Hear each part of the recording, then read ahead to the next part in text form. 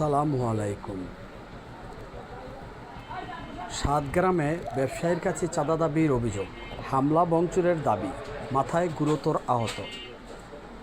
নিজস্ব প্রতিবেদক ২৫০০ নারায়ণগঞ্জের ২৫০০ উপজেলার সাতগ্রাম ইউনিয়নে এক ব্যবসায়ীর কাছে চাঁদা দাবির অভিযোগ উঠেছে।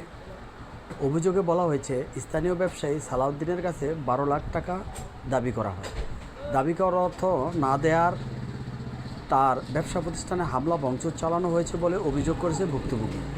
অভিযোগ সূত্রে জানা যায়, সাতগ্রাম ইউনিয়নের বাসিন্দা রিপন মিয়া ৪৫, পিতা মৃত আনিস, যিনি স্থানীয় রাজনীতির সঙ্গে সম্পৃক্ত বলে পরিচিত, তার বিরুদ্ধে এই অভিযোগ আনা হয়েছে। ভুক্তভোগীর দাবি, কয়েকজন সহযোগীকে সঙ্গে নিয়ে দেশীয় অস্ত্রশস্ত্র তার প্রতিষ্ঠানে গিয়ে ভয়ভীতি প্রদর্শন, হামলা এবং ভাঙচুর চালানো হয়।